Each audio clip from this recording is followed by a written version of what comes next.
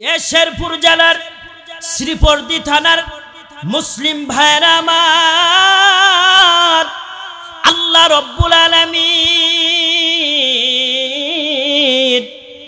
তামাম পৃথিবীটা সাজাইয়া, আসমান বানায়া, জমিন বানায়া, পুরো ভুবনটাকে সাজায়া, এই দুনিয়ার জমিনে আল্লাহ দুইটা নিয়ামত, দুইটা বরকত, দুইটা রহমত এই পৃথিবীর জমিনে আল্লাহ নাজিল করে দিয়েছেন। আল্লাহ বলেন, ইয়া আইয়ুহান নাসু কদ জাআকুম বুরহানুম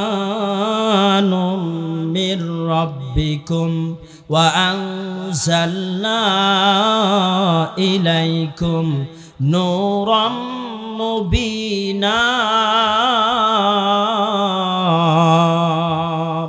মুসলমান ভাইরা রে আমার, আবু জাহেল ইয়ামান থেকে জামাত নামে একটা জাদুকর ভাড়া করলেন। ডাক দিয়া বলে, জাদুকর ভাই, আব্দুল্লাহর বেটা মুহাম্মদ কি জানি জাদু মন্ত্র পড়ে, তার তেলাওয়াত শুনিয়া আমাদের ধর্মের মানুষগুলি দলে দলে কালিমা পড়ে মুসলমান হয়ে যায়। এইবার ইয়ামান থেকে জামাত নামে জাদুকর ডাক দিয়া বলে, নেতাজি তাহলে আমাকে লইয়া চলেন, আমি মুহাম্মদের কাছে যাব, আমি মুহাম্মদের সেই জাদু মন্ত্রগুলি আমি শুনবো, যেহেতু আমি একজন জাদুকর মানুষ, আমি বুঝতেই পারবো, ঠিক কিনা বলে। এবার ইয়ামান থেকে জামাত নামে জাদুকর নবীজির সামনে হাজির। এদিকে আল্লাহর নবী পবিত্র কুরআনুল কারীম তেলাওয়াত করতেছিলেন। আল্লাহর নবী তেলাওয়াত করতেছেন, আর রহমান আল্লামাল কুরআন খলাকাল ইনসান। নবীজি তেলাওয়াত করতেছে, হঠাৎ করে নবীজি নজর কইরা দেখে ইয়ামান থেকে একটা জাদুকর নবীজির সামনে বসা। নবীজি তাকায়া দেখে তার চোখ থেকে ধা ধা করে, টপ টপ করে পানি পড়তেছে। এই জাদুকর ডাক দিয়া বলে, নবী গো, আপনাকে মারার জন্য এসেছিলাম, আবু জাহেল আমাকে ভাড়া করে নিয়ে আসছে। কিন্তু নবীজি, আমি জীবনে অনেক ধর্ম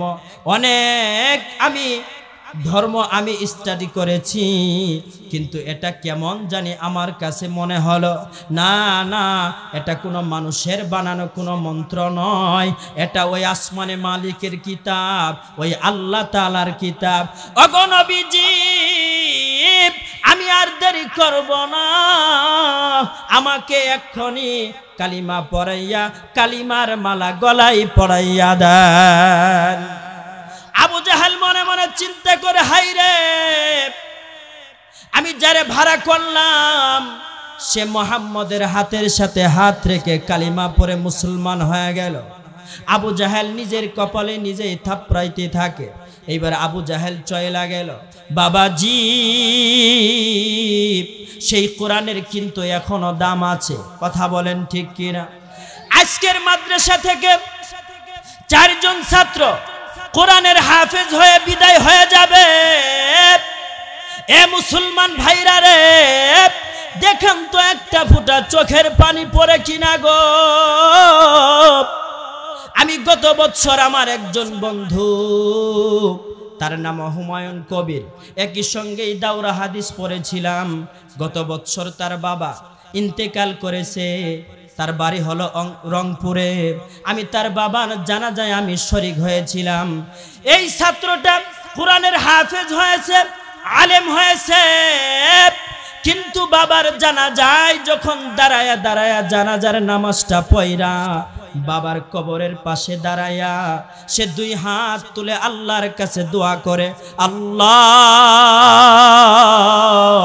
আমার বাবা আমাকে কষ্ট কইরা রিক্সা চালাইয়া আমাকে হাফেজ বানাইছে, আমাকে মুসলিম শরীফ কিতাবাদি কিনা আমাকে দাওরা হাদিস পর্যন্ত পড়াইছে। আমার বাবাকে তুমি যদি মাফ না করো, আমার বাবাকে তুমি যদি জান্নাত না দাও, তাহলে পৃথিবীর জমিনে কোনো বাবা তার সন্তানকে মাদ্রাসায় দিবে না, কোনো সন্তানকে কোরআনের হাফেজ বানাবে না। বাবাজি কোনো সন্তানকে আলেম বানাবে না। ও মালিক, তুমি আমার বাবাকে তুমি জান্নাত দাও। যদি আমার বাবারে তুমি মাফ না করো, তাহলে তোমার কোরআনের ইজ্জত থাকবে না। কথা বলেন ঠিক কিনা? সেই বন্ধু আমাকে কিছুদিন পরে ফোনে কথা বলে, বন্ধুরে আমার বাবার জন্য দোয়া করেছি, আমি স্বপ্নের যুগে দেখতে পেরেছি আমার বাবা জান্নাতের মধ্যে ঘুমায় আছে। সেই কোরআনের দাম আছে না নাই? আরো জোরে বলতে হবে, কোরআনের দাম আছে না নাই? এই জন্য মাদ্রাসায় ছাত্র দিতে হবে, একটা সন্তানকে নেককার বানাইতে হবে। আপনার সন্তানকে যদি হাফেজ বানাইতে পারেন, আপনার সন্তান আপনার কবরের পাশে দাঁড়াইয়া দাঁড়াইয়া দোয়া করবে, রব্বির হামহুমা কামা রব্বায়ানি সগীরা। কথা বলেন ঠিক কিনা? আল্লাহ রব্বুল আলামিন ডাক দিয়া বললেন, নবীজি তাম পৃথিবীর মানুষগুলিকে আমার পক্ষ থেকে জানিয়ে দাও, নবী গো, ইয়া রাসূলুল্লাহ, ইয়া হাবিবাল্লাহ, ওগো নবীজি, এই পৃথিবীর জমিনে আমার বান্দা বান্দীদেরকে আপনি জানায়া দেন, আমার বান্দা বান্দীদেরকে আপনি বলে দেন, যারা নফসের উপরে চইলা, যারা নামাজ ছেড়ে দিয়েছে, রোজা ছেড়ে দিয়েছে, জিনা ব্যভিচারী কইরা কইরা শয়তানের ধোঁকায় পইরা তারা গুনাহ করতে করতে পেরেশানি হয়ে গেছে, হয়রান হয়ে গেছে। লা তাকনাতু মির রাহমাতিল্লাহ, তারা যেন নয়রাশ না হয়, তারা যেন পেরেশানি না হয়।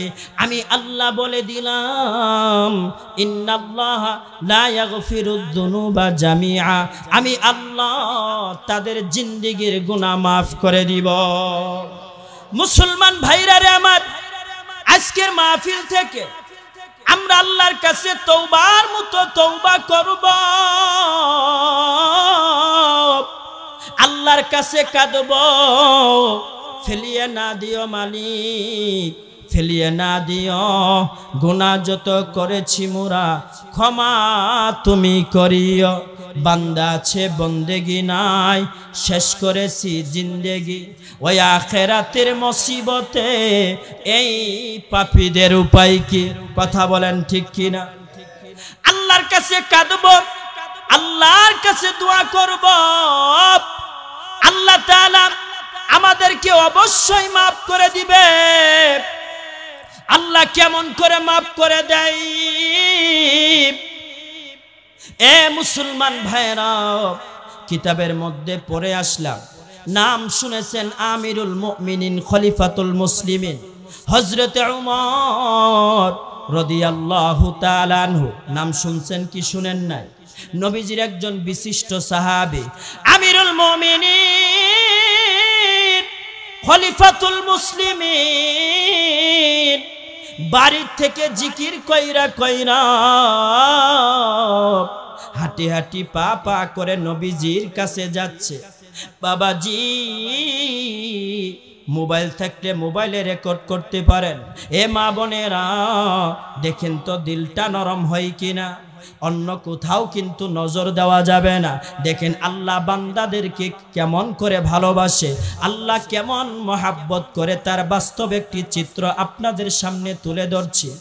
আমিরুল মুমিনিন এইবার যখন নবীজির কাছে যাচ্ছে, নজর কইরা দেখে রাস্তার পাশে একটা নওজোয়ান, একটা যুবক চোখের পানি ছেড়ে ছেড়ে সে চিৎকার করে করে মাটির উপরে গড়াগড়ি খাচ্ছে আর কাঁদতেছে, হাউমাউ করে কাঁদতেছে, চিৎকার করে করে কাঁদতেছে।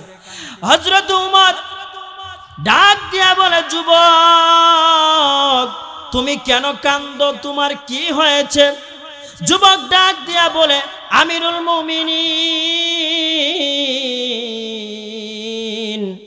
আমি এমন একটা পাপ করেছি, এমন একটা অন্যায় করেছি, এমন একটা গুনাহ করেছি, এটা আপনার কাছে আমি বলবো না, এটা হাবিবে কিবরিয়া মুহাম্মদুর রাসূলুল্লাহ সাল্লাল্লাহু আলাইহি ওয়াসাল্লাম নবীজির কাছে আমি বলবো।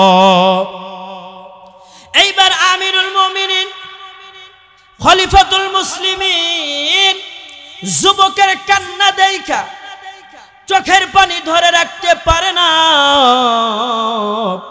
এই দুনিয়ার জমিনে কিছু মানুষের কান্না দেখা অটোমেটিক মানুষের চোখ দিয়া পানি বের হয়ে যায়, এমন কান্না আছে না নাই? এই যুবকের কান্না দেখা হযরত ওমর নবীজির কাছে চইলা গেছে। আল্লাহর নবী ডাক দিয়া কয়, আমিরুল মুমিনিন হযরত ওমর, তুমি কেন কান্দো, তোমার কি হয়েছে?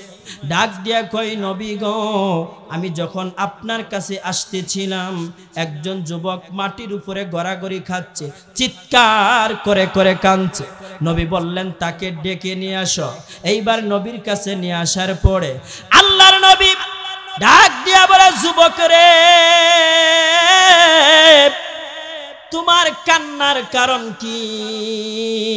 তুমি কেন কান্দো, তোমার কি হয়েছে? ডাক দিয়া কই, নবীজি,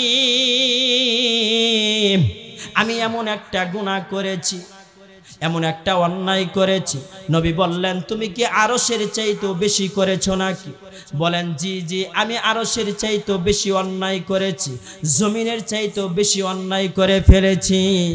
ডাক দিয়া বললেন, তুমি কি মানুষ খুন করেছো নাকি? নবীজি, না না, আমি তার চেয়েও বেশি গুনাহ করেছি। তাহলে তুমি কি মিথ্যা বলেছো নাকি? তুমি কি মদ খেয়েছো? তার চেয়েও বেশি গুনাহ করেছি। তাহলে কি গুনাহ করেছো আমাকে খুলে বলো। ডাক দিয়ে কয়, আল্লাহর নবী গো, আমি এমন একটা অন্যায় করেছি, এমন একটা গুনাহ করেছি, আমি একজন মদিনার বিশিষ্ট কাফন চোর, আমি কাফন চুরি কইরা কইরা আমি আমার ছেলে সন্তান বিবি বাচ্চাদেরকে আমি উপার্জন করে খাওয়াই, এটা আমার পেশা, এটা আমার নেশা। কিন্তু নবী গো, তার চেয়ে আমি বেশি গুনাহ কইরা ফেলাইছি। আল্লাহর নবী বলেন, কি গুনাহ করেছো? ডাক দিয়া বললেন, নবীজি, তার চেয়েও বেশি গুনাহ করেছি। আমি শুনতে পেলাম মদিনার জমিনে একজন সুন্দরী মেয়ে, একজন রূপবতী, একজন সুন্দরী মেয়ে, এত সুন্দর একটা মেয়ে যখন মৃত্যুবরণ করলো, এই কথাটা যখন আমি জানতে পারলাম, এই কথাটা যখন আমার কানে চলে আসলো, ওগো নবীজি, আমি ওই মেয়েটাকে যখন দাফন কইরা, কাফন পরাইয়া দাফন কইরা যখন মানুষ যার যার বাড়িতে চইলা গেল, নবী গো,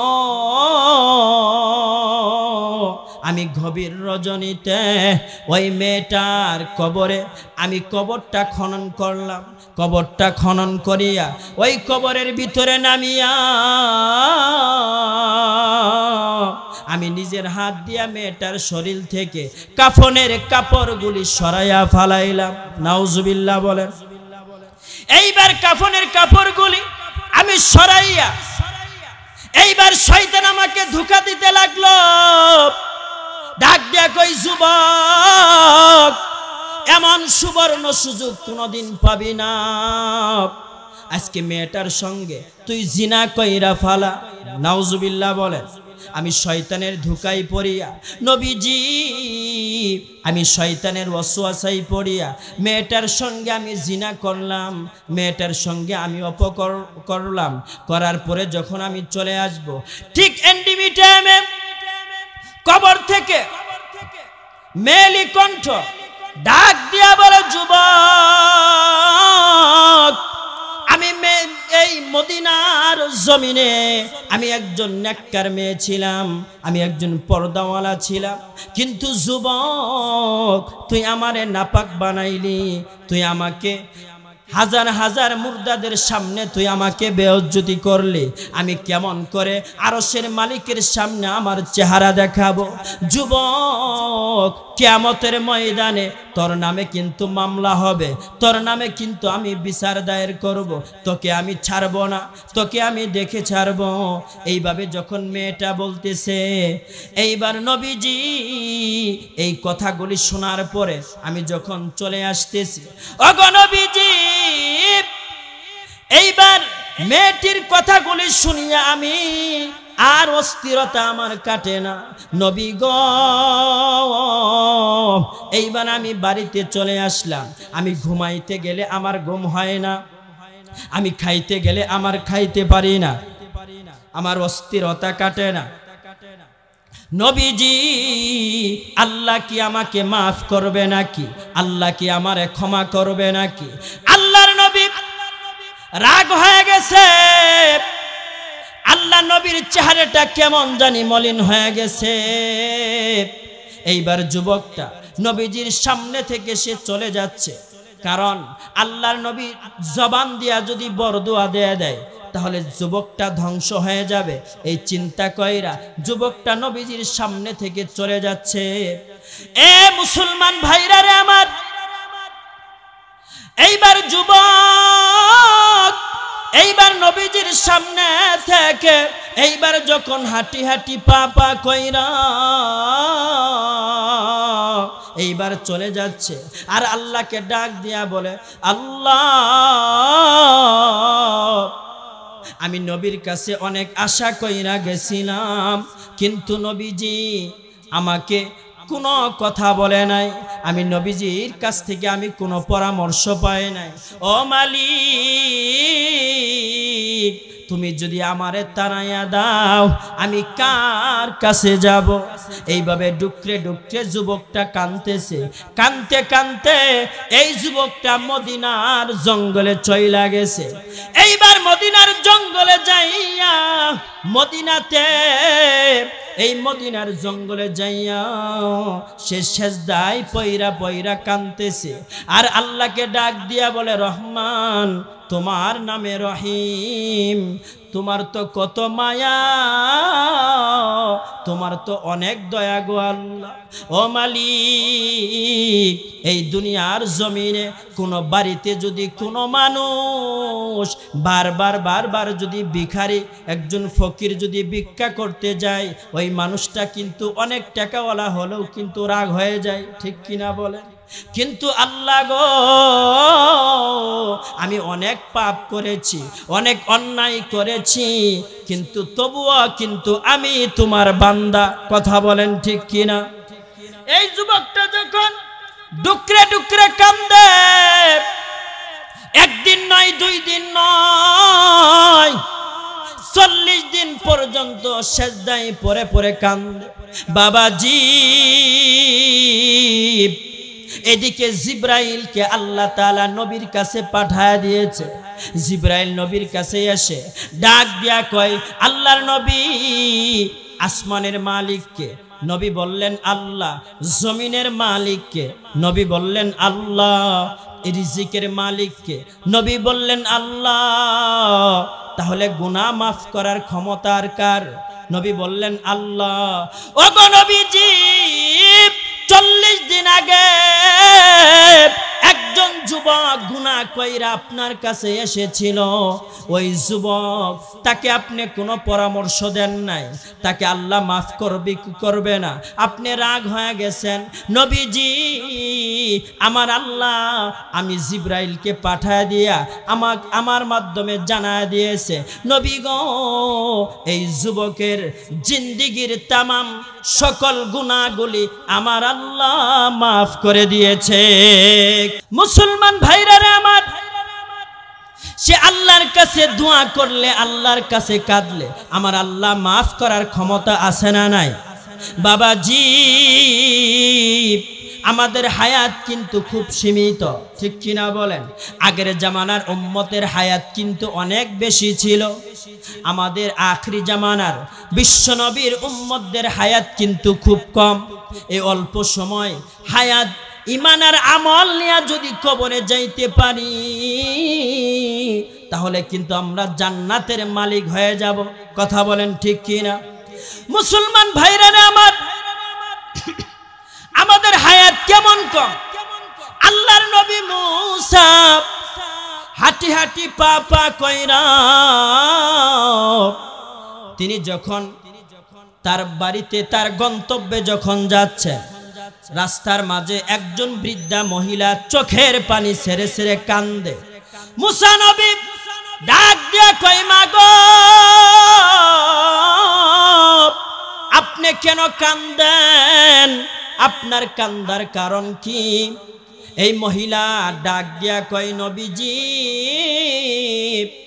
আমার কান্দার কারণ হইল আমার দুধের সন্তান দুনিয়া থেকে বিদায় হয়ে গেছে, এই জন্য আমি কান্দি। মুসা নবী ডাক দিয়া কই, মা গো তোমার দুধের সন্তানের বয়স কত? মহিলা ডাক দিয়া কই, মুসা নবী আমার দুধের সন্তানের বয়স হলো 400 বছর। কত বছর? আরো জোরে বলতে হবে, কত বছর? 400 বছর। মুসা নবী আশ্চর্য হইয়া ডাক দিয়া কই, মা আপনার দুধের সন্তানের বয়স যদি 400 বছর হয় তাহলে আপনার বয়স যে কত আমার জিগাইবার দরকার নাই, ঠিক কি না? ডাক দিয়া কই, মা এমন একটা সময় আসবে, এমন একটা জামানা আসবে, আখিরি জামানার উম্মতদের 60 থেকে 70 বছর জিন্দেগি থাকবে। মহিলা চোখের পানি ছেড়ে দিয়া কান্দে আর ডাক দিয়া কই, মুসা নবী গো ওই আখিরি জামানার উম্মত 60-70 বছর জিন্দেগি তারা যে পাইবে, তারা কি ঘর বাড়ি করবে? তারা কি গাড়ি বাড়ি করবে নাকি? মুসা নবী ডাক দিয়া কই, মা তারা শুধু ঘর বাড়ি করবে না, তারা শুধু বাড়ি গাড়ি করবে না, তারা কত তালা যে বাড়ি করবে তার কোনো হিসাব থাকবে না, ঠিক কিনা বলে? এইবার মহিলা ডাক দেয়া কয়, নবী গো ওই জামানা যদি আমি মহিলা পাইতাম তাহলে 60-70 বছর জিন্দেগি আমি জঙ্গলেই কাটায়া দিতাম। গোরস্থানের একটু মাটি বাইনা করে রাখ রে, একটু পরে আসতে পারে চলে যাওয়ার ডাক রে, ঠিক কিনা বলেন? আতর গোলাপ সুরমা চন্দন, আতর গোলাপ সুরমা চন্দন, কাফন নামের দেহ বন্ধন আলমারিতে রাখ রে তুলে, একটু পরে আসতে পারে চলে যাওয়ার ডাক রে, একটু পরে আসতে পারে চলে যাওয়ার ডাক। লিল্লাহি তাকবীর। মুসলমান ভাইরা আমার, যেহেতু মহিলা মা বোনেরা এসেছে, আমি মহিলা মা বোনদের সম্পর্কে কয়েক মিনিট একটু বয়ান করতে চাই। সময় দেওয়া যাবে কি?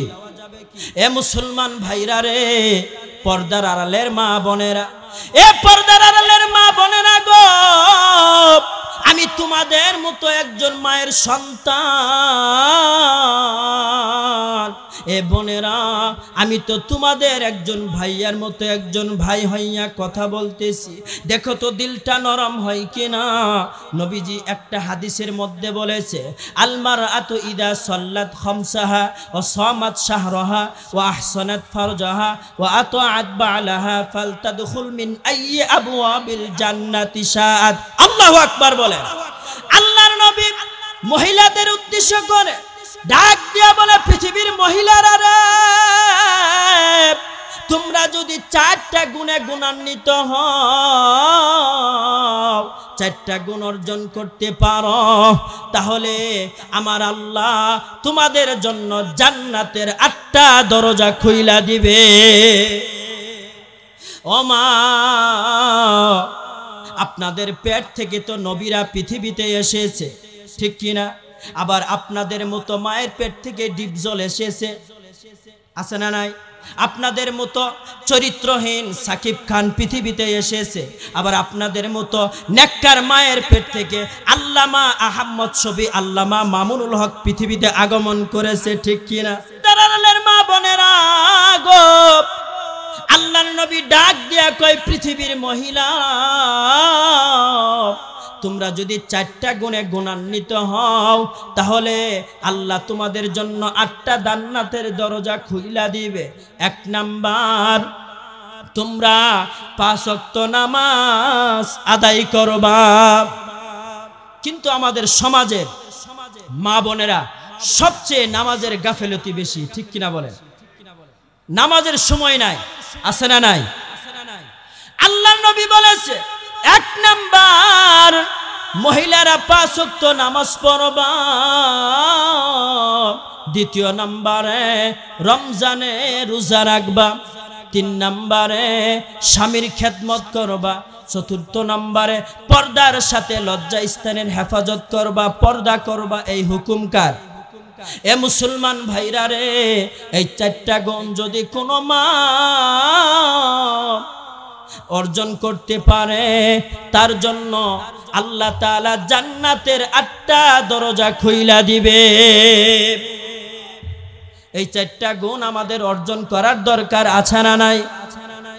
মুসলমান ভাইরা রে আমার, পর্দার আড়ালের মা গো, এই দুনিয়ার জমিনে কিন্তু থাকার জায়গা নয়। এই দুনিয়ার জমিনে কিন্তু কেউ থাকতে পারবে না। মা, আপনি যদি হযরতে খাদিজার মেয়ে হতে পারেন, হযরতে ফাতেমার উত্তরসূরি হতে পারেন, তাহলে মা খাদিজা, মা ফাতেমার সাথে জান্নাতে যেতে পারবেন। এ পর্দার আড়ালের মা গো, হযরতে খাদিজা, তার একটা বয়ান আপনাদেরকে শোনায়া দিব। হযরতে খাদিজা ঘরে ঘুমাইতেছে, গভীর রজনীতে বিশ্ব নবী হযরতে খাদিজার ঘরে পদার্পণ কইরা ঘুমাইতেছে। হযরতে খাদিজা, নবীজি ঘরের মধ্যে ঢুকিয়া হযরতে খাদিজার কপালে একটা চুম্বন করলেন। কি করলেন? চুম্বন করলেন। স্ত্রীকে চুম্বন দেওয়া সুন্নত, ঠিক কিনা বলেন? শুধু সুন্নত নয়, আল্লাহ তাআলা এটা জায়েজ করে দিয়েছে, ঠিক কিনা বলেন? আল্লাহর নবী হযরতে খাদিজার কপালে যখন চুম্বন করলেন, হযরতে খাদিজার ঘুম ভাঙ্গা গেল। খাদিজা ঘুম থেকে জাগ্রত হইয়া ডাক দিয়া কয়, নবীজি। নবীর চেহারাটা কেমন জানি খুশি খুশি মনে হয়। খাদিজা ডাক দিয়া কই, নবী গো, আপনি আমাকে ঘুমের মধ্যে কেন চুম্বন করলেন? আল্লাহর নবী ডাক দিয়া কই, খাদিজা রে, এই চুম্বন করার কারণ হইল আল্লাহ তাআলা জিবরাইলের মাধ্যমে আমাকে জানাইছে, আল্লাহ তোমাকে দুইটা সুসংবাদ দিয়েছে। আল্লাহু আকবার বলেন। কয়টা সুসংবাদ? আরো জোরে বলেন, কয়টা সুসংবাদ? আল্লাহর নবী ডাক দিয়া কই, খাদিজা গো, তোমাকে দুইটা সুসংবাদ দিয়েছে। খাদিজা ডাক দিয়া কই, কি সুসংবাদ? ডাক দিয়া কই, নবী গো, কি সুসংবাদ? আল্লাহর নবী ডাক দিয়া কই, খাদিজা, তুমি যে ইসলামের জন্য তুমি ঈমান গ্রহণ করার পরে, ইসলামের মধ্যে প্রবেশ করার পর তুমি তোমার অর্থ সম্পদ, টাকা পয়সা সব কিছু ইসলামের জন্য বিলীন করে দিয়েছ, সব কিছুই দান করেছ। আরশের মালিক আল্লাহ এত খুশি হয়েছে, আল্লাহ তাআলা স্বয়ং তোমাকে সালাম জানাইয়াছে। এই পৃথিবীর জমিনে একজন মহিলাকে আল্লাহ সরাসরি সালাম জানাইছে। আল্লাহু আকবার বলেন। এই কথা শুনিয়া খাদিজার খুশি হওয়ার কথা নাকি কান্নার কথা? কিন্তু খাদিজা চোখের পানি ছেড়ে দিয়া কান্দে। আল্লাহর নবী ডাক দিয়া কই, খাদিজা, তোমাকে আল্লাহ সালাম জানাইছে, আর তুমি খুশি হওয়ার কথা ছিল, কিন্তু তুমি কেন কান্না করতেছ? ডাক দিয়া কই, নবীজি, আল্লাহ আমারে সালাম জানাইছে, কিন্তু আমি খাদিজা আমি কেমন করে সালামের জবাব দিব আমি তো জানি না। ও নবীজি, আল্লাহ যে আমারে সালাম জানাইছে, আমি আল্লাহর সালামের জবাব যদি না দিতে পারি তাহলে তো বেয়াদবি হয়ে যাবে। নবী গো, আপনি আমার পক্ষ থেকে সালামের জবাবটা দিয়ে দিয়েন। আল্লাহু আকবার। নবীজি সালামের জবাব দিয়েছে। এইবার নবী ডাক দিয়া কই, খাদিজা তোমার দ্বিতীয় নাম্বারের সুসংবাদ হলো আল্লাহ তাআলা তোমার জন্য জান্নাত ওয়াজিব করে দিয়েছে। মুসলমান ভাইরা রে, এই হযরতে খাদিজা নবীজির স্ত্রী হওয়ার পরও কিছুদিন পরে হযরতে খাদিজা ফজরের নামাজ পড়িয়া, কিসের নামাজ পড়িয়া? নামাজ পড়িয়া তার কামরার মধ্যে, তার রুমের মধ্যে সে চিৎকার করে করে কাঁদতেছে, ডুকরে ডুকরে কাঁদতেছে, মাটির উপরে গড়াগড়ি করে কাঁদছে। নবীজির মেয়ে হযরতে ফাতেমা ডাক দিয়া কই, আব্বা গো, আপনার বিবি আমার মা খাদিজা মাটির উপরে গড়াগড়ি করে কাঁদতেছে আর চিৎকার করে করে কাঁদতেছে। এইবার নবীজি খাদিজার কাছে এসে ডাক দিয়া কই, খাদিজা তুমি কেন কাঁদো, তোমার কি হয়েছে?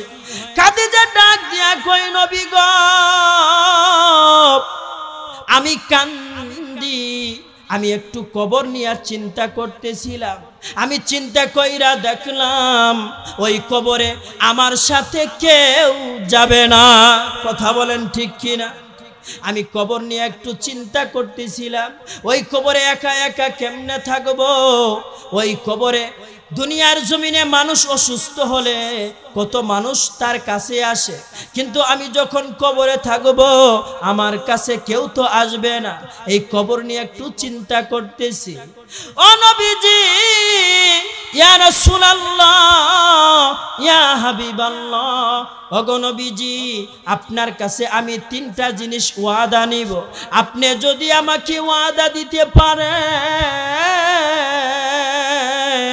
তাহলে আমি আর কাঁদব না, আমি আর চিন্তা করব না। আল্লাহু আকবার বলে। নবী বললেন, তুমি আবার কি চাইবা বলো?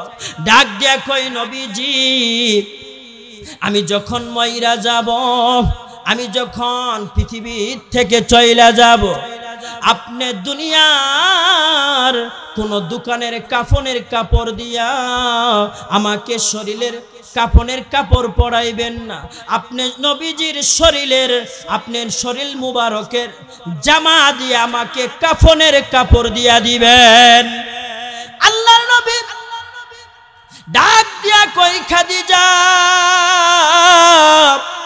আমি নবীর কাফনের শরীরের কাপড় দিয়া কাফন দিলে কি হবে? ডাক দিয়া কই, নবীজি, এটা আমি বিশ্বাস, এটা আমার বিশ্বাস, আপনি শরীরের কাফন এই পাঞ্জাবির কাপড় দিয়া যদি কাফন বানাইয়া দেন তাহলে আমার বিশ্বাস ওই কবরে আযাব হবে না। লিল্লাহি তাকবীর। সেই হযরতে খাদিজা মৃত্যুর জন্য কত কান্না করছেন, কবর নিয়ে আসে চিন্তা করছেন। কথা বলেন ঠিক কিনা? এই যে এখানে যারা বসে আছেন, আমরা এখানে কে কে মরবো না? দুই হাত তুলে দেখাই। সবাই মরবেন। পৃথিবীর জমিনে কিন্তু মানুষ সহজে মরতে চায় না। কথা বলেন ঠিক কিনা? আপনারা কি সবাই মরতে চান? কেউ মরতে চায় না। এই যে আমি হুজুর, সহজে মরতে চায় না। ঠিক কিনা বলেন? মানুষ সহজে কি হইতে চায় না? মৃত্যুবরণ করতে চায় না। কিন্তু আল্লাহ বলে, বান্দা, কুল্লু নাফসিন যায়কাতুল মাউত, তোমাকে মৃত্যুবরণের স্বাদ গ্রহণ করতে হবে, মৃত্যুর স্বাদ তোমাকে গ্রহণ করতে হবে। মৃত্যু থেকে কেউ পালাইতে পারবে না। কথা বলেন ঠিক কিনা? মানুষ সহজে মরতে চায় না। এই পৃথিবীর জমিনে তিনটা জিনিস মানুষের সহজে চায় না। এই তিনটা জিনিস কি শুনতে চান? এক নাম্বার, মানুষ সহজে মরতে চায় না। কথা কি ঠিক? দ্বিতীয় নাম্বার, মানুষ বুড়া হতে চায় না। ঠিক না বে ঠিক? এই চুলটা যখন একটু কালার হয়ে যায়, দৌড়ায় টাকা আছে সেলুনের দোকানে যায় বলে আমাকে একটু যুবক বানায় দাও, আছে না নাই? তার মানে বোঝা গেল সে কি বুড়া হতে চাই না, জোয়ান থাকতে চাই। আল্লাহ বলে, বান্দা তুই উপরে তুই জোয়ান থাকতে চাস, তোকে তো আমি দুর্বল বানাইতেছি। এই জন্য তো হার্বাল কোম্পানি বের হয়ে গেছে, ঠিক কিনা বলে, আছে না নাই? তৃতীয় নাম্বার, মানুষের যৌবন শক্তি অটল রাখতে চাই। আল্লাহ বলে যে তোমার যৌবন শক্তি বয়স বাড়তে থাকবে, যৌবন শক্তি আমি কেড়ে নিব, ঠিক কিনা? দেখেন না রাস্তার মুড়ো মুড়ে লাল পোস্টার, শুধু হার্বাল কোম্পানি। এরা এই হার্বাল কোম্পানির মালিক যারা, এরা মনে মনে চিন্তা করে এই যে লাল পোস্টার, তার মানে বিপজ্জনক, আপনাদেরকে হার্বাল খাওয়াইয়া জীবন যৌবন যা আছে সব কিছু শেষ করে দিছে। এই জন্য তো অনেকের বউ চইলা গেছে, ঠিক কিনা বলেন? কত দুর্ঘটনা। হুজুরের কাছে শুধু ফোন দেয়, হুজুর কি করব, বউ থাকে না, তাবিজ দেন। আরে বেটা, তোর তাবিজ দিয়া সব কাম হয় না, ঠিক কিনা বলেন? তুই জীবন যৌবন সব শেষ করছো, এই জন্য তাবিজ কবজ দিয়া সব কিছু হয় না, ঠিক কিনা বলেন? বলতেছিলাম যে দাদা নাতিনকে জিজ্ঞাসা করে, মানে নাতিন দাদাকে জিজ্ঞাসা করে, নানা গো তুমি তো, দাদি তো মারা গেছে, তোমাকে আরেকটা বিবাহ করাই দে। দাদা বলতেছে, নানা বলে, নাতিন আমার যদি আগের মতো জীবন যৌবন থাকতো তাহলে সপ্তাহে সপ্তাহে একটা করে করতাম। বুঝেন নাই আমার কথা? তার মানে জীবন যৌবন তার শেষ হয়ে গেছে, এখন তার পাওয়ার নাই, ঠিক কিনা বলেন? তার মানে বোঝা গেল পৃথিবীর জমিনে মানুষ সহজে মরতে চায় না। দ্বিতীয় নাম্বার, বুড়া হতে চায় না। 3 নাম্বার, যৌবন শক্তি অটল রাখতে চায়। এই 3টা জিনিস কিয়ামতের আগে কারো পুরা হবে না, ঠিক কিনা বলেন? কিন্তু আল্লাহ বলেছে, কেউ যদি ঈমানের আমল নিয়ে যদি কবরে যাইতে পারে, এই 3টা জিনিস আল্লাহ তাআলা জান্নাতে পুরা করে দিবে। সুবহানাল্লাহ বলেন। 1 নাম্বার, জান্নাতে কেউ তো মরবেই না। দ্বিতীয় নাম্বার, জান্নাতে বুড়াই হবে না। আল্লাহ তাআলা 33 বছরের যুবক বানায় আল্লাহ জান্নাতে ঢুকায় দিবে। চিৎকার করে বলি আল্লাহু আকবার। 3 নাম্বার, যৌবন শক্তি দুনিয়ার তুলনায় হাজার হাজার গুণ আল্লাহ বাড়ায় দিবে। সুবহানাল্লাহ বলেন। তাহলে ঈমানের আমল নিয়ে আমরা মৃত্যুবরণ করতে চাই। তো বলতেছিলাম, বাবা মানুষ সহজে মরতে চায় না, কিন্তু মৃত্যুবরণ কিন্তু আমাদের করতেই হবে, কথা ঠিক না? মানুষ কেমন করে সহজে মরতে চায় না, তার ছোট্ট একটা মিসাল দেই, বুঝতে পারবেন। দেখবেন আমাদের সমাজে অনেক মা বোনেরা আছে, যেহেতু মা বোনদের বয়ান করতেছি, অনেক মা বোনেরা আছে সন্ধ্যার সময়, মানে সন্তানাদি বেশি তো এই জন্য এক সন্তানে বলে আমি ভাত খাবো, একজনে বলে আমি কি করব, বাথরুমে যাব, একজন বলে আমি গোসল করতে যাব। এটি গরু ছাগল, এটি স্বামী প্যারালাইজ রোগী, মহিলা অসহ্য হয়া আল্লাহকে বলতেছে, মালিক তুমি কি আমার সহ দেহ না? এরকম আছে না নাই? আজরাইল কি আমার দেখে না? এরকম মহিলা সমাজে নাই? আজরাইল কি আমাকে দেখে না? মহিলা এই কথা বলছে কোন সময়? সন্ধ্যা সময়, রাত্রে ঘুমাইতে গেছে, ঘরের সাথে যে রুমে ঘুমাইছে ঘরের সাথে অ্যাটাচ একটা গোয়াল ঘর ছিল। রাতের বেলা ষাঁড় গরু চিনেন না? ষাঁড় গরু খাবারের জন্য সে খাবার খুঁজতেছে রাত্রে 2টার সময়। খাবার খুঁজতে খুঁজতে হঠাৎ করে পাতিলের ভিতরে মাথা ঢুকাই দিছে। কোথায় ঢুকাই দিছে? মাথা যে ঢুকাই দিছে, এখন পাতিলের মাঝখানে তো কোনো খাবার নাই, ভুসি নাই, কিন্তু তার যে 2টা শিং আছে, এই শিংয়ের গুতায় পাতিলটা একটা টং টং আওয়াজ হইতেছে। কিসের আওয়াজ হইতেছে? টং টং আওয়াজ হইতেছে। আর পাতিলের অপর পাশে কিন্তু কালো, ঠিক কিনা বলেন? রাতের বেলা যখন টং টং আওয়াজ হইতেছে, মহিলাটা একটা ছিদ্র দিয়া বলে, এত রাত্রে কিসের আওয়াজ? দেখি তো, নজর করে দেখে যে আগামাতা কিছুই নাই। বুঝছেন না আমার কথা? পাতিলের কি অপর পাশে অন্ধকার না কালো, বলতে আগামাতা কিছুই নাই। কারণ রাত্রি যে 2-3টার সময় মানুষের ঘুম ঘুম ভাব, জাপসা জাপসা দেখতেছে, যে আগামাতা কিছুই নাই, এটা আবার কি? হয়তো আমি সন্ধ্যার সময় যে বলছিলাম, আজরাইল তুমি কি আমাকে চোখে দেখো না, মনে হয় আজরাইল হাজির হয়ে গেছে। এই কথা চিন্তা কইরা এইবার মহিলা বলতেছে, ভাই আজরাইল তুমি আমাকে মাফ করে দাও, তুমি আমারে ক্ষমা কইরা দাও, পাশের রুমে আমার প্যারালাইজ রোগী আছে, তারে নিয়ে যাও। বুঝছেন না আমার কথা? পাশের রুমে আমার প্যারালাইজ রোগী আছে, তারে নিয়ে যাও, আমারে তুমি নিয়ে যাও না। তার মানে বোঝা গেল মহিলা সহজে মরতে চায় না, সে আরো বাঁচতে চায়, ঠিক কিনা বলেন? কথা ঠিক না বে ঠিক? তো তো মুসলমান ভাইরা, মানুষ সহজে মরতে চায় না, কিন্তু নির্ধারিত সময় ইদা জা আজালুহুম লা ইস্তাখিরুনা সাআতাও ওয়া লা ইস্তাকদিমুন, নির্দিষ্ট সময় মতো আপনাকে আমাকে পাকড়াও করবেন কে? সম্মানিত হাজিরিন, তো হযরতে খাদিজা রাদিয়াল্লাহু তাআলা আনহা তিনি নবীর কাছে আবদার করলেন, নবী গো, আমি আর কাঁদবো না, কবরে চিন্তা করব না, যদি আপনি তিনটা জিনিস পুরা করেন। এক নাম্বার, আপনি নবীজির গায়ের জামা দিয়া যদি আমাকে কাফনের কাপড় পরায়া দেন, তাহলে আমার আর কোনো চিন্তা থাকবে না, আমি আর জাহান্নামের ভয় আমার অন্তরে থাকবে না। চিৎকার করে বলি সুবহানাল্লাহ। সেই নবীজির ভালোবাসা মহব্বত করার দরকার আছে না নাই? মহব্বত করার দরকার আছে। আল্লাহর নবী, বিশ্ব নবীর মহব্বত তো আমাদের অন্তরেই নাই, ঠিক কিনা বলে? মুসলমান ভাইরা রে আমার, আল্লাহর নবী, বিশ্ব নবী মুহাম্মাদুর রাসূলুল্লাহ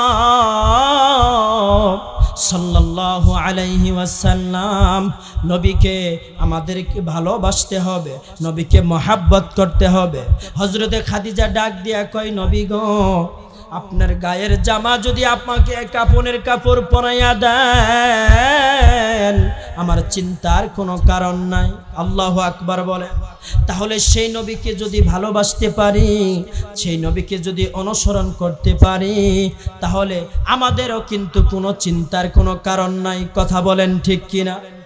এ মুসলমান ভাইরা রে আমার, নবীকে আমরা যদি ভালোবাসতে পারি, নবীকে আমরা যদি মহব্বত করতে পারি, তাহলে আল্লাহ তাআলা আমাদেরকে ভালোবাসবে। যেমন হযরতে খাদিজাকে আল্লাহ জান্নাত দিয়া ধন্য করছে, সে আল্লাহ কি আছে না নাই? সে আল্লাহর জান্নাত কিন্তু আছে, আমাদেরকেও কিন্তু আল্লাহ জান্নাত দিয়া ধন্য করবে। কথা বলেন ঠিক কিনা? মুসলমান ভাইরা রে, এখানে যে সমস্ত মানুষ আছেন, অবশ্যই নবীকে ভালোবাসেন, মহব্বত করেন। তাহলে দেখেন তো একটা ফোঁটা চোখের পানি পড়ে কিনা? আল্লাহর নবী, বিশ্ব নবী মুহাম্মাদুর রাসূলুল্লাহ সাল্লাল্লাহু আলাইহি ওয়াসাল্লাম, বিশ্ব নবী, তার কাছে, নবীজির কাছে একজন ইহুদি দাওয়াত দিতে এসেছে। কে এসেছে? একজন ইহুদি ডাক দিয়া কই, নবী গো, আমার বাড়িতে দুপুর বেলায় আপনাকে দাওয়াত খাইতে হবে। আপনারা মসজিদের ইমামকে দাওয়াত দেন কি দেন না? আল্লাহর নবীকে দাওয়াত দিতে গেছে। আল্লাহর নবী ডাক দিয়া বলে, ইহুদি চাচা, আমি উম্মতের কান্ডার, আমি রহমতের ভান্ডার, আমি ইহুদির দাওয়াত কবুল করতে পারি না।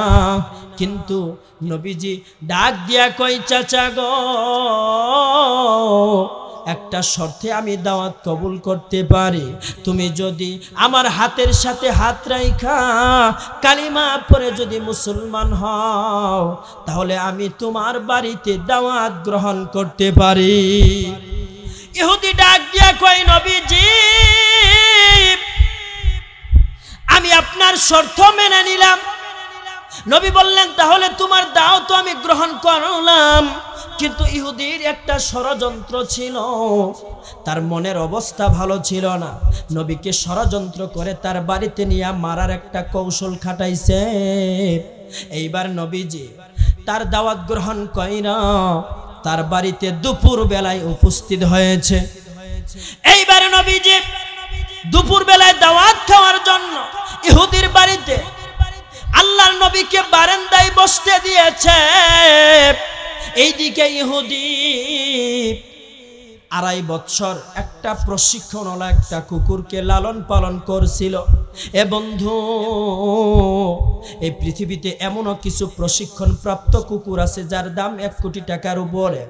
এমনও বাংলাদেশে আছে বিভিন্ন কোটি টাকার মালিক যারা, তাদের ওই গেটের সামনে দারোয়ানগিরি করে প্রশিক্ষণওয়ালা কুকুর আছে না নাই?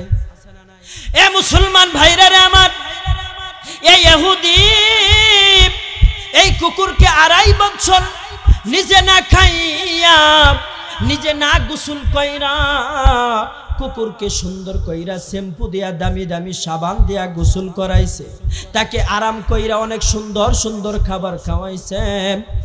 এই কুকুরকে মালিকে যা বলে তাই শোনে। কুকুরকে ডাক দিয়া কয়, কুকুর এ বন্ধু, ভারতের জমিনে কিছু মেয়েদেরকে হিন্দুরা বিবাহ দিলে কুকুর যৌতুক দেয়। কি দেয়? কুকুর যৌতুক দেয়। যেমন আমাদের বাংলাদেশে অনেক মেয়েদেরকে বিবাহ দিলে কিন্তু যৌতুক দিতে হয়, না হলে বিবাহ করতে চায় না। আছে না নাই? এরাও কিন্তু কুকুর মার্কা, ঠিক কিনা বলেন? আছে না নাই? মুসলমান ভাইরা রে আমার, এইবার ভারতে বলতেছিলাম, এইবার নবীকে যখন দাওয়াত দিয়েছে, এইবার ইহুদি কুকুরকে ডাক দিয়া কয়, কুকুর ওই যে আব্দুল্লাহর বেটা মুহাম্মদ, তাকে দুনিয়ার জমিন থেকে বিদায় কইরা দাও, তাকে দুনিয়ার জমিন থেকে শেষ কইরা দাও। এইবার কুকুর হাঁটি হাঁটি পা পা কইরা নবীকে কামড় দেওয়ার জন্য নবীর সামনে দাঁড়াইছে। বন্ধু, যারা নবীকে ভালোবাসেন, নবীকে যারা মোহাব্বত করেন, দেখেন তো একটা ফোঁটা চোখের পানি পড়ে কিনা। এ বন্ধু, কান্না ইচ্ছা করে আসে না, কান্না আসতে হয় আল্লাহর মোহাব্বত, নবীর ভালোবাসায়, ঠিক কিনা বলেন? এ বন্ধু, এইবার কুকুর যখন নবীজির সামনে দাঁড়াইলেন, এইবার কুকুর দুইটা পা সামনের দিকে বানাইয়া নজর কইরা দেখে এটা সাধারণ কোনো মানুষ নয়, এটা তো ওই আল্লাহ তাআলার শ্রেষ্ঠ নবী, এটা তো মুহাম্মদুর রাসূলুল্লাহ। যারে না বানাইলে, যারে না সৃষ্টি করলে আল্লাহ পৃথিবী সৃষ্টি করতেন না। সেই নবীকে মারার জন্য আমাকে পাঠাইছে। না না, আমি কি নবীকে আমি কামড় দিতে পারি না। দুই পা সামনের দিকে বাড়াইয়া আল্লাহকে ডাক দিয়া বলে, মালিক তুমি আমার জবানটা খুইলা দাও, আমার জবানটা মানুষের মতো খুইলা দাও। আল্লাহ গো, আমি নবীকে একটা সালাম জানায় দেই। সুবহানাল্লাহ।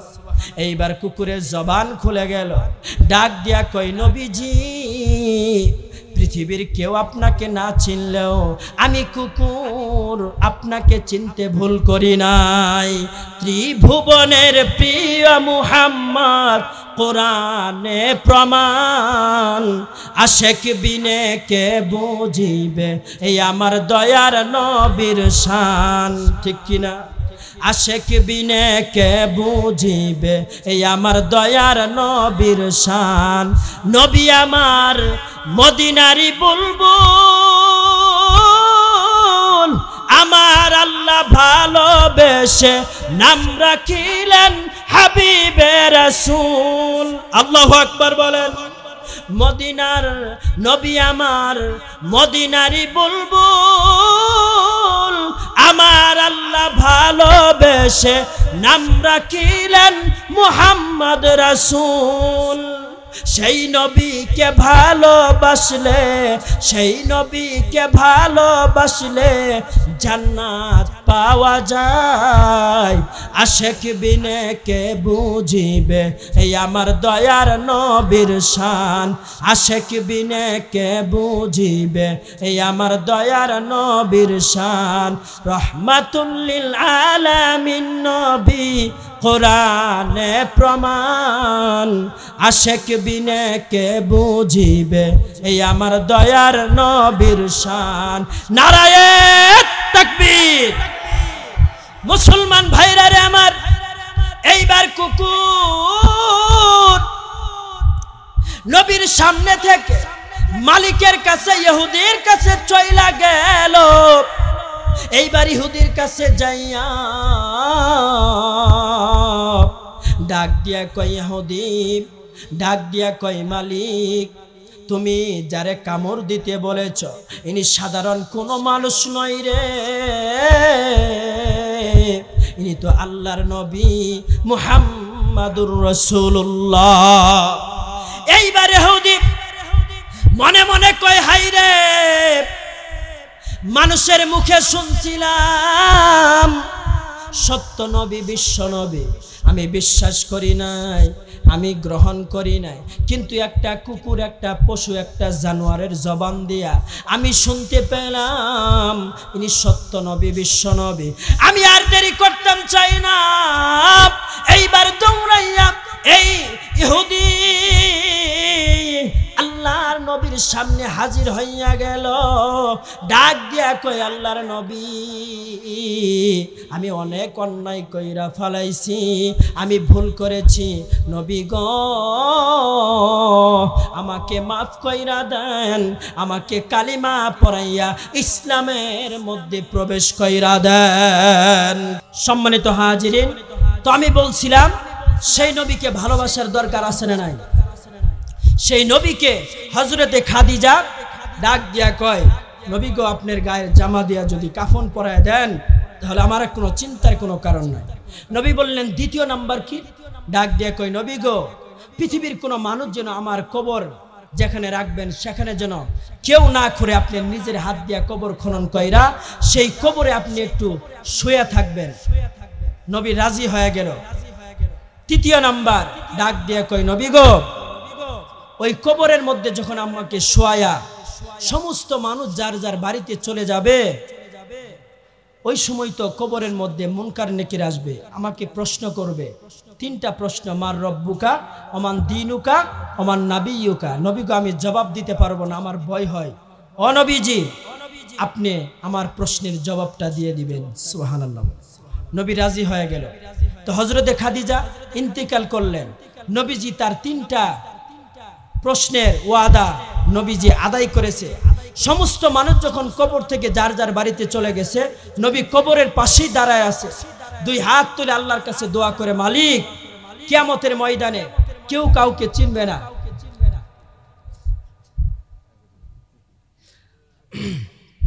হুজুর আসছে, হুজুর আপনাদেরকে কলিজা ঠান্ডা করা বয়ান শোনাবে, পুরা শেরপুর জেলার সুনামধন্য। তো এই জন্য আমাদের সম্মানিত মাথার সারে তাজ ওনার আলোচনা আপনারা শুনবেন। তো বলতেছিলাম যে নবীজি কবরের পাশে দাঁড়ায়া দোয়া করতেছে, মালিক কিয়ামতের ময়দানে ছেলে সন্তানকে চিনবে না, কেউ কাউকে পরিচয় দিবে না, ওই সময় যেন আমি আমার খাদিজাকে না ভুলি। সুবহানাল্লাহ বলে।